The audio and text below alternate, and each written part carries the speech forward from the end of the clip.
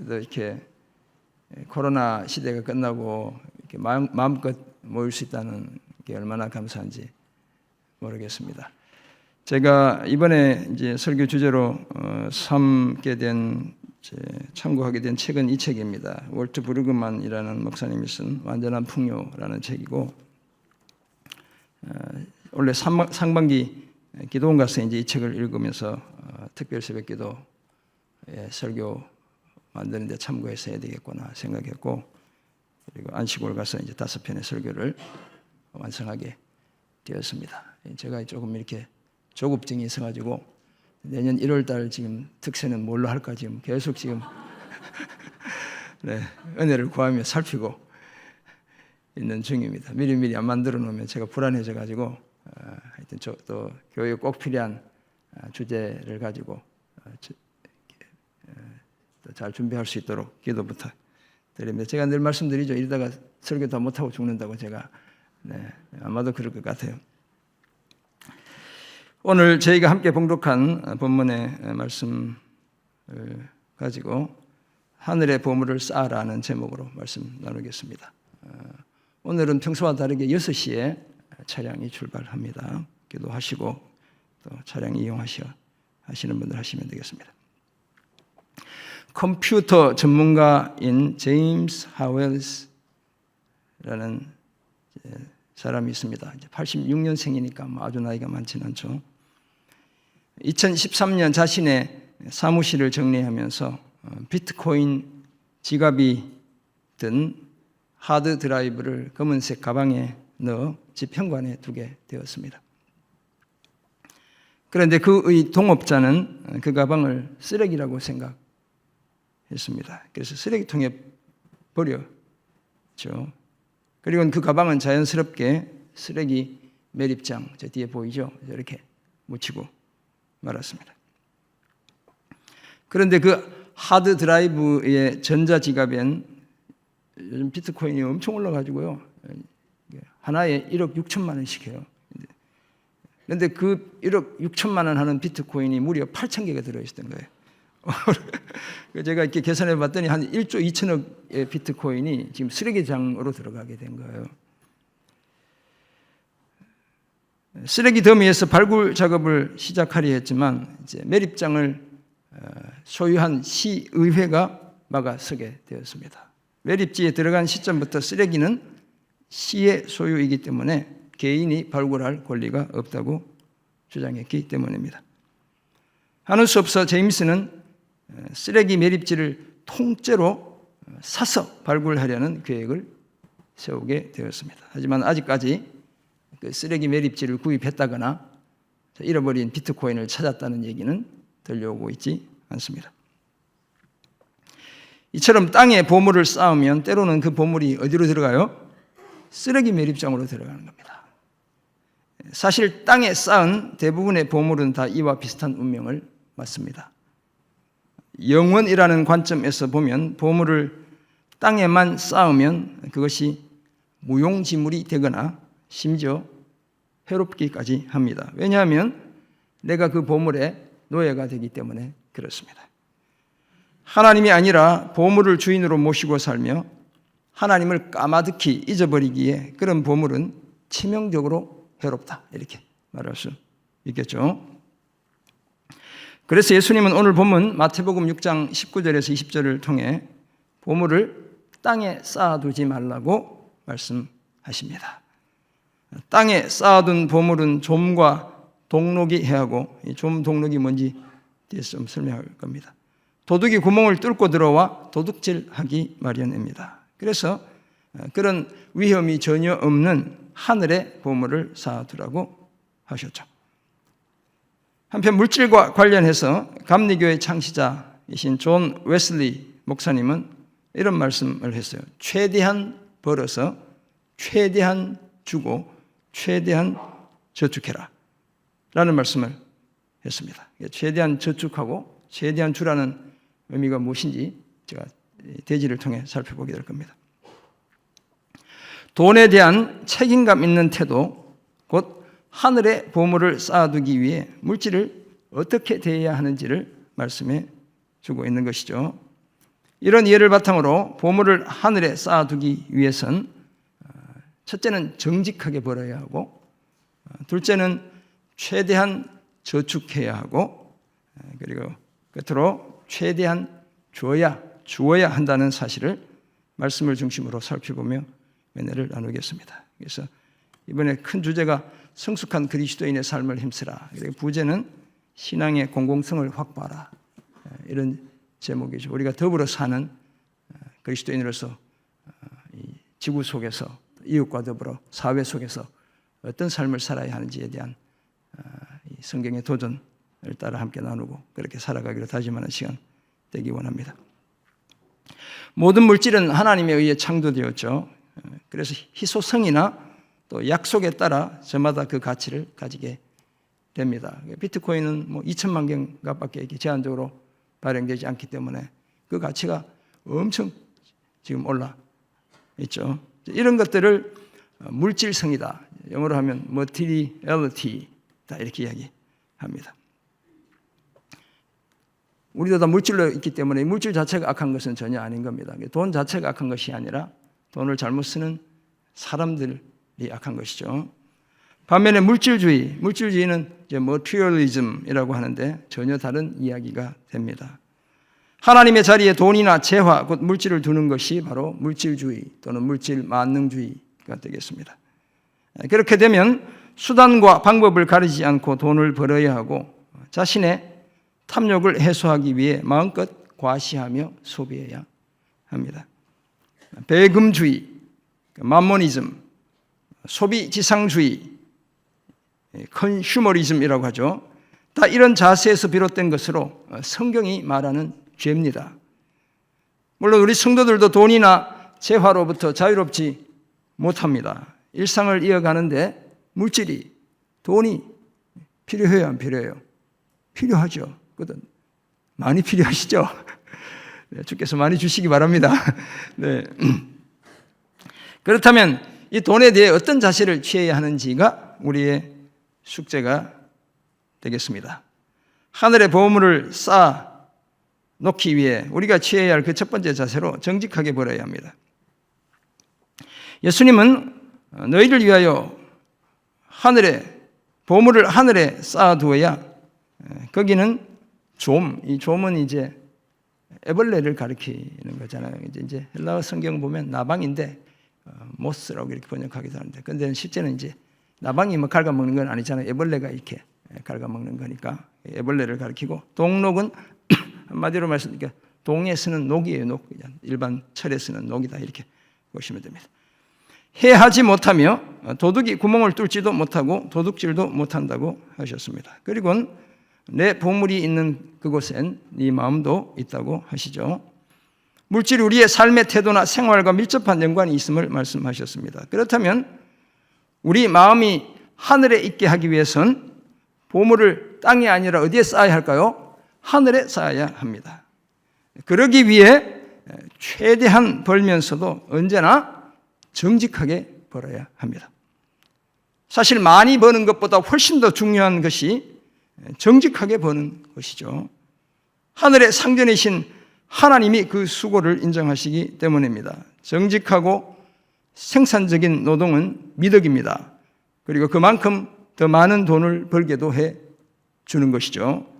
따라서 정직한 노동으로 돈을 많이 버는 능력은 좋은 것입니다. 문제는 일 자체가 목적이 되고 부의 축적이 일종의 중독성 마약이 되는데 있습니다. 그래서 주일도 예배 자리도 지키지 못하게 되죠. 그런 경우 돈을 더 많이 벌기 위해 심지어 악한 사람들은 저울에 추를 속이죠. 교묘하게 과일 상자 제일 상단에 가장 좋은 물건을 배치해 사람들의 눈을 속이기도 합니다. 일하지 않고서도 일한 것처럼 근태를 작성해 더 많은 노동의 대가를 받아가기도 하죠. 당장은 주머니가 조금 두둑할 수 있겠지만 결코 지속적일 수 없습니다. 일확천금을 꿈꾸며 도박하고 코인하고 주식에 빠져드는 것, 이게 포트폴리오의 원칙을 따라 이 경제 원리에 따라서 하지 않고 몰빵하는 거, 이게 다 마찬가지입니다. 다 물질주의에 빠져 돈을 우상으로 삼고 살아가는 것이죠. 이런 사람들의 이런 경향성에 대해 예수님은 너희가 하나님과 재물을 겸하여 섬기지 못한다고 분명하게 경고하셨습니다. 사랑하는 성도 여러분, 그러므로 우리는 항상 어떻게 벌어야 한다고요? 정직하게 벌어야 합니다. 하나님은 부정한 돈을 개 같은 자의 소득으로 간주하시고 거절하시죠. 그래서 신명기 23장 18절에 보면 창기가 번 돈과 개 같은 자의 소득은 어떤 서원하는 일로든지 내 하나님 여호와의 전에 가져오지 말라. 이 둘은 다 내 하나님 여호와께 가증한 것임이니라 라고 말씀합니다. 그런 돈은 아무리 많이 들여도 단 하나의 보물도 하늘에 쌓아둘 수 없습니다. 거기에다 우리 하나님은 속이는 저울 추를 너무나 싫어하시죠. 그래서 지혜자는 잠언 11장 1절에서 속이는 저울은 여호와께서 미워하시나 공평한 추는 그가 기뻐하시느니라 라고 말씀합니다. 한결같지 않은 저울추는 여호와께서 미워하시는 것이요 속이는 저울은 좋지 못한 것이라고 말씀합니다.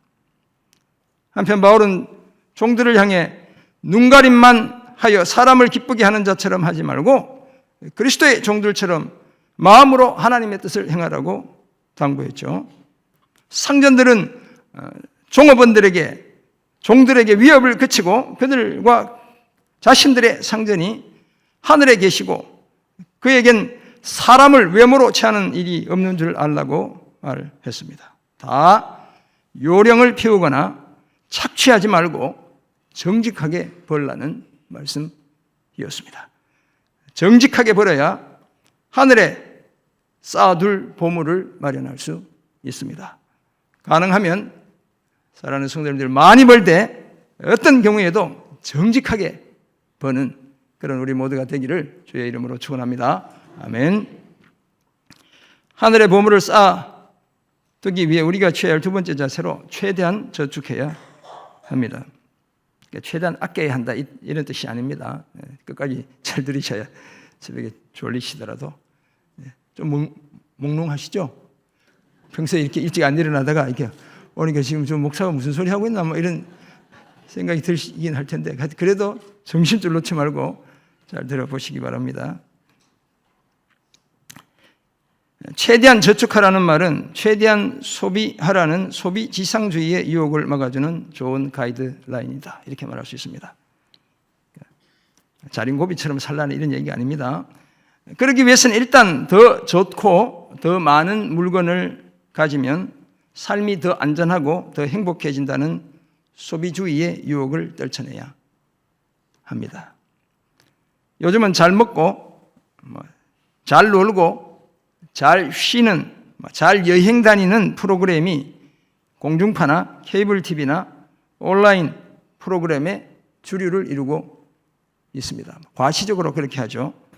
이런 프로그램들은 과시적으로 소비하며 사는 것이 마치 진정으로 행복한 삶인 것처럼 사람들을 세뇌시킵니다. 제가 해외로 그만 여행 가고 기도원 가라고 그랬죠. 우리 청년 하나가 저한테 연락했어요. 목사님 어느 기도원이 좋습니까? 제가 속으로 엄청 고마웠어요. 네. 그런데 최대한 저축하라는 것은 단지 돈을 최대한 아끼라는 그런 말이 아닙니다.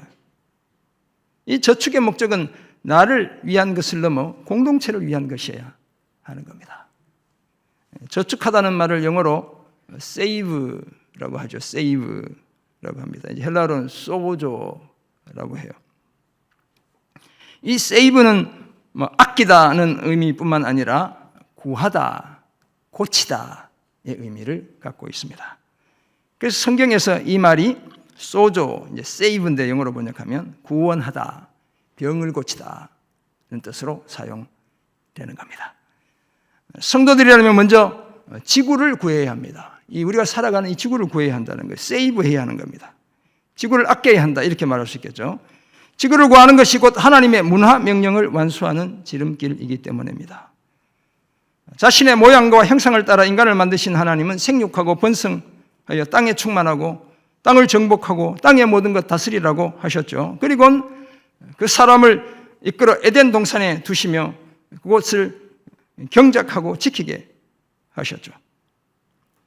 그렇다면 성도들은 소비를 위해 지구의 자원을 착취하는 그런 일을 삼가야 합니다. 우리 청년들이 앞으로 큰 사업할 텐데 자원을 너무 착취하고 낭비하는 이런 사업은 하지 않아야 되는 거예요. 저축하는 자세로 자원을 최대한 아껴 써야 마땅하죠. 따라서 지금보다 훨씬 더 가난하게 살 자세와 인격을 갖추어야 합니다.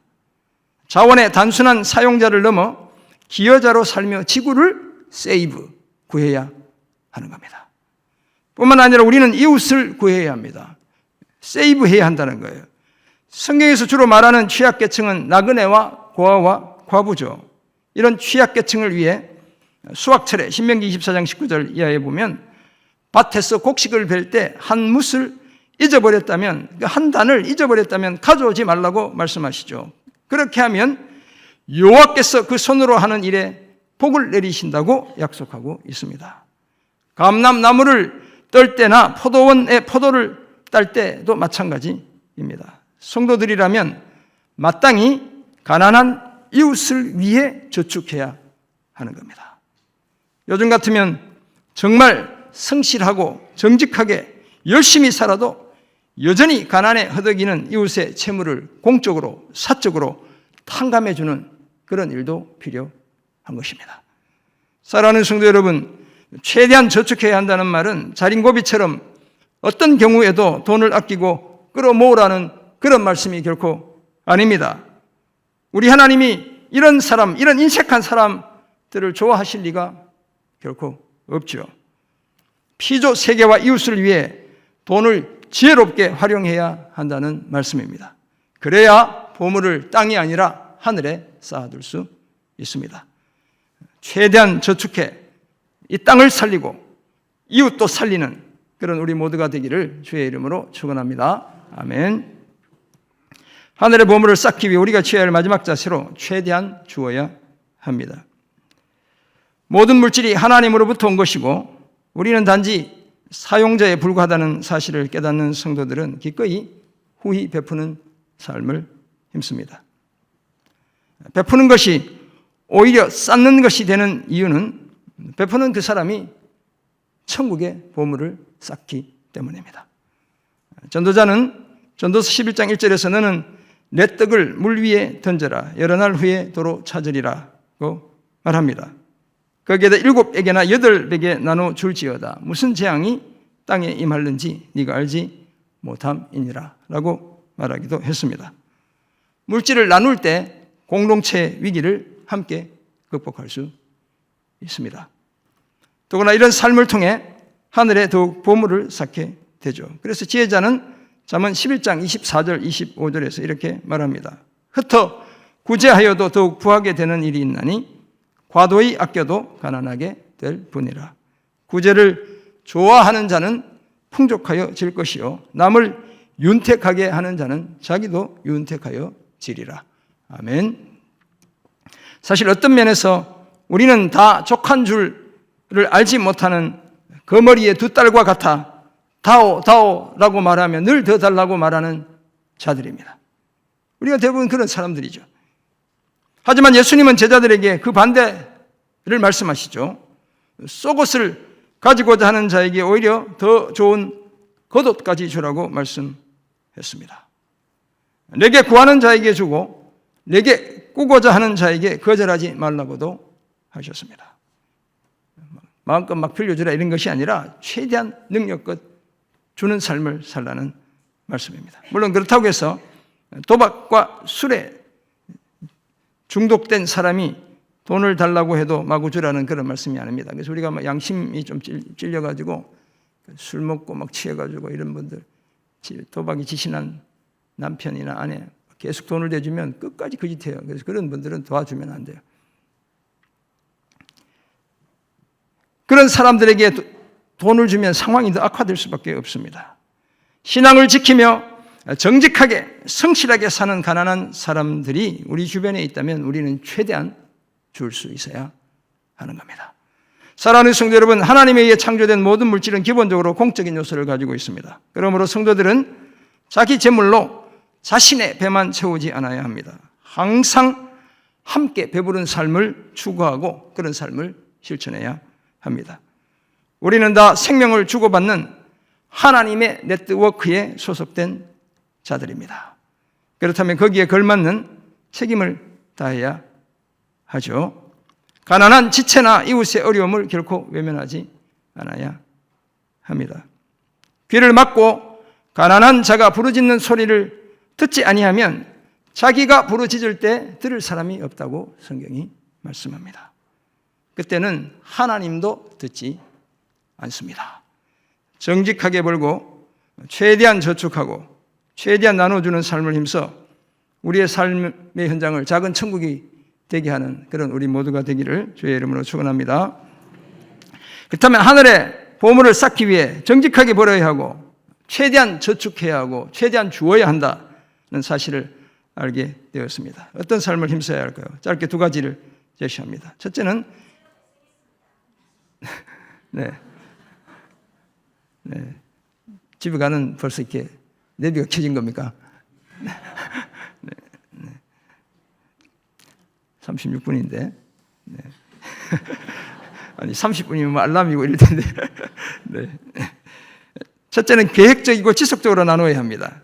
물론 긴급한 경우에 우리가 이제 재해를 만났거나 이러면 갑자기 이렇게 모금을 해서 도울 수도 있지만 꾸준하게 하늘의 보물을 쌓기 위해서는 계획적이어야 하고 지속적이어야 하는 거예요. 나눔이 지속되기 위해서는 반드시 계획적이어야 가능합니다. 책임감을 가지고 나눠야 하고 그 나눔을 통해 최대한 회복이나 갱생이 일어나길 기대하며 나누어야 합니다. 그래야 지치지 않고 나눔의 삶을 계속 이어갈 수 있습니다. 이런 나눔을 실천하기 위해 교회에 헌금하는 것 외에 선교단체나 구호단체에 꾸준하게 후원하는 그런 성도들 되시기를 주의 이름으로 부탁드립니다. 아멘. 두 번째 적용점, 11조는 최소치로 생각해야 합니다. 11조 여부에 대한 논쟁은 정말 유치한 논쟁입니다. 제가 누누이 말씀드리죠. 막 해야 되나 말아야 되나, 성경이 있냐 없냐. 성경이 자세히 보면 다 있어요. 없는 게 아니고. 주님이 말씀했냐 아니냐. 주님은 11조보다 더 하라고 말씀하고 계세요.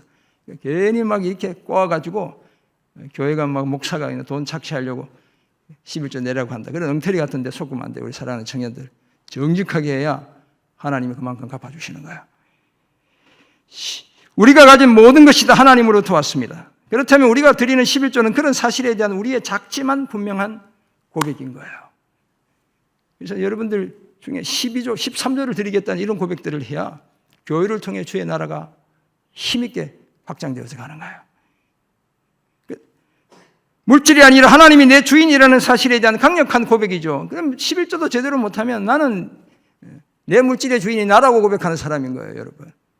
하나님이라고 고백하면 그럴 리가 없죠. 어떻게 보면 우리의 정직한 물질 생활의 가늠자가 11조입니다. 책임 있는 성도라면 교회와 주의 나라를 생각하며 기쁨으로 11조를 드려야 하고 그 이상 드릴 수 있어야 하는 겁니다. 그래야 교회가 건강하게 성장하고 올바른 나눔을 실천할 수 있습니다. 그래서 우리 교회는 이 시대에 몇 안 되는 헌금을 통계를 여러분들이 얼마를 하셨는지를 다 매주 보여드리는, 그래서 여러분 스스로 점검할 수 있는 그런 교회인 겁니다. 쉘 실버스타인의 아낌없이 주는 나무, 제가 백투 스쿨 할 때 소개해드렸죠. 이것은 사실 물질적으로 우리가 어떤 자세를 취해야 하는지를 보여주는 그런 소설이죠. 나무는 소년이 자신을 놀잇감으로 삼아도 행복했습니다. 사과를 따서 팔아도 행복했고 자신의 가지가 집을 건축하는 재료로 사용되어도 행복했습니다. 남은 몸통이 배를 만드는 재료가 되어도 행복했고 늙은 소년이 찾아와 그릇토기밖에 남지 않은 자신을 의자로 삼아도 행복했어요. 소설 보면 행복했다고 이렇게 반복적으로 적고 있어요. 나무는 처음부터 끝까지 행복했던 거예요. 왜냐하면 늘 아낌없이 자신을 주려 했기 때문에 그런 겁니다. 사랑하는 성도 여러분, 우리가 믿는 하나님이 바로 아낌없이 주는 나무인 줄 믿습니다. 자신의 아들까지 십자가에 내어 주셨지만 그 일마저 기뻐하셨습니다. 우리를 너무 사랑하셨기 때문이죠. 그래서 팀 켈러 목사님은 이런 하나님을 The Prodigal God이라고 해요. The Prodigal Father, 탕부 하나님이라고. 흥청망청 쓰시는 우리를 위해 그런 분이라고 말하고 있습니다. 이런 사실을 아는 우리는 보물을 땅이 아니라 어디에 쌓아야 한다고요? 하늘에 쌓아야 합니다. 그러기 위해 정직하게 벌고 최대한 저축하고 최대한 주어야 합니다. 그것도 계획적이고 지속적으로 나누어야 하고 그 일을 위해 11조 정도는 최소치로 생각해야 하는 겁니다. 이런 삶을 힘써 반드시 하늘의 보물을 찾는 우리 모두가 되길 주의 이름으로 축원합니다. 아멘.